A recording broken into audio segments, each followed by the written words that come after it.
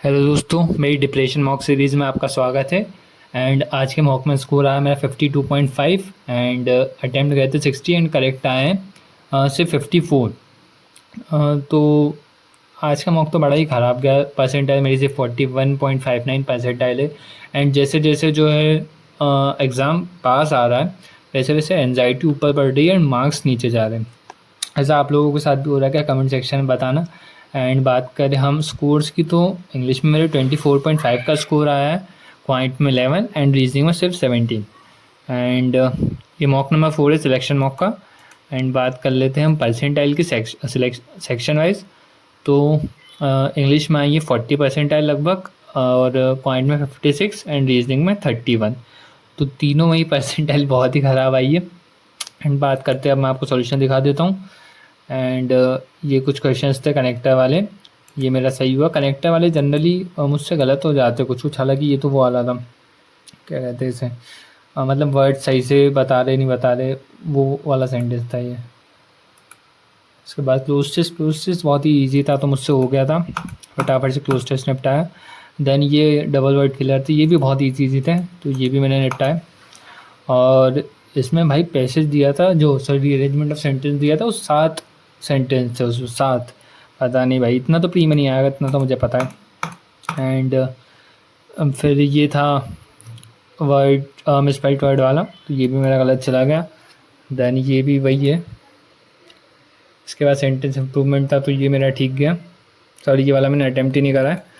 और फिर ये वाले भी एरर डिटेक्शन के तो मैंने करे नहीं। उसके बाद ये था मिसस्पेल्ड वाला, तो ये मैंने कर दिया। एंड एरर ये सेंटेंस इम्प्रूवमेंट था फिर से। और उसके बाद ये भी सेंटेंस इम्प्रूवमेंट, ये भी हो गया, ये भी हो गया। देन ये गलत हो गया मुझसे, सेंटेंस इम्प्रूवमेंट और एरर डिटेक्शन में जो है मेरी एक्यूरेसी नीचे जाती है। तो ये एक और रहेगा कनेक्टर का। एंड इसके बाद जो होता है कॉम्प्रीहेंशन चालू होता है, आरसी चालू होता है। 10 मार्क्स का आरसी, बहुत इजी आरसी था। 3.25 मिनट मैंने पढ़ के फटाफट से आंसर्स इसके टिक मारे, बहुत इजी था। मतलब यहाँ के 10 नंबर तो फ्री के थे। इतना इजी आरसी पता नहीं पेपर में आएगा नहीं आएगा, आई डोंट नो, मुझे तो उम्मीद कम है। एंड बात करें, देखो पॉइंट में ये लोग क्या कर रहे हैं, इन्होंने डीआई का लेवल ही बढ़ा दिया।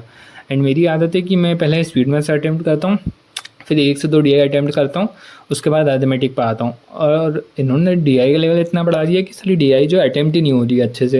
एंड डीआई अगर अटैम्प्ट नहीं होती तो फिर मुझसे अर्थमेटिक नहीं होती, बिकॉज कॉन्फिडेंस नीचे चला जाता है। तो यही इस मॉक में भी हुआ मेरे साथ। एंड बड़ा ही ख़राब स्कोर आया मेरा। और ये केस लेट एक 3 नंबर की, अगर 5 नंबर की होती तो मैं डेफिनेटली अटैम्प्ट करता, बट 3 नंबर के हिसाब से यार मैंने अटैम्प्ट करी नहीं, हालांकि शायद कर लेनी चाहिए थी। ये वाला क्वेश्चन से बेटर था, यहाँ मैंने इतना टाइम इन्वेस्ट करा, आप देख सकते हो 4 मिनट मैंने इन्वेस्ट करा इसे सॉल्व करने में। इतनी बड़ी बेवकूफ़ी करी इस डीआई को अटैम्प्ट करके।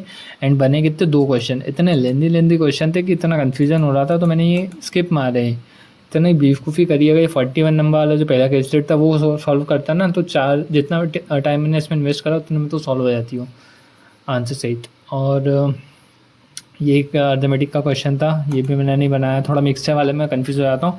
ये इजी क्वेश्चन था, इसमें 2 मिनट लग गया मुझे, इतना लेंदी क्वेश्चन था ये अर्थमेटिक का, इतना सब इसमें निकालना पड़ा। देन ये वाला मैंने अटैम्प्ट ही नहीं करा, एंड ये वाला भी मैंने नहीं अटैम्प्ट करा। और इसके बाद ये वाला जो था CPSP वाला, ये भी नहीं करा मैंने अटैम्प्ट, मुझे लगा कि लेंदी है। देन ये भी नहीं अटैम्प्ट करा मैंने, भाई क्वेश्चन मैं अटैम्प्ट ही नहीं कर पाऊँ इसमें। आई थिंक ये वाला ईजी था, ये अटैम्प्ट करना चाहिए था मुझे, ऐसा देख के लग रहा है। देन ये वाला स्पीड टाइम डिस्टेंस में मुझे इतना कॉन्फिडेंस नहीं आता, तो इसलिए मैं इसे बाद में अटैम्प्ट करता हूँ।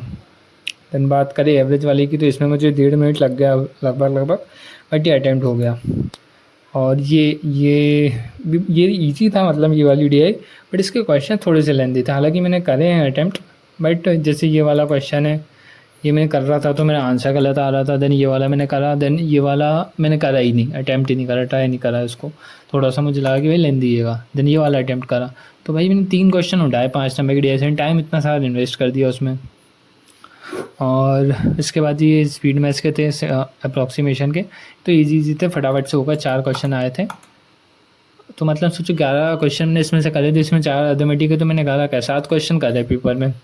एंड ये एजिस वाला क्वेश्चन था, इसमें मैंने टाइम दिया बट मेरा आंसर गलत आ रहा था, 2 मिनट इसमें लगा दिए मैंने।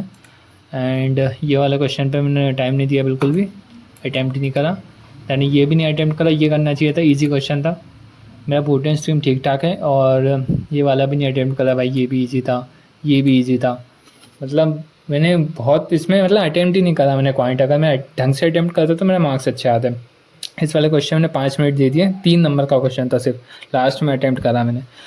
पता नहीं क्या गलती हो रही थी भाई, बन ही नहीं रहा था। मैंने इतना 2-3 बार इसको पढ़ा भी, बट कुछ ना कुछ तो मैं गलती कर रहा था।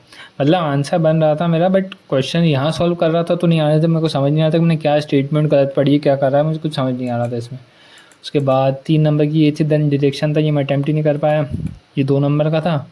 देन एक ये क्वेश्चन था ईजी था अल्फ़ाबेट सीरीज़ का, तो ये अटैम्प्ट करा। देन ब्लड रिलेशन के 2 क्वेश्चन थे, ये भी नहीं अटैम्प्ट करे। उसके बाद पोस्ट वाला ईजी सा था, 2 मिनट 40 सेकंड में अटैम्प्ट हो गया।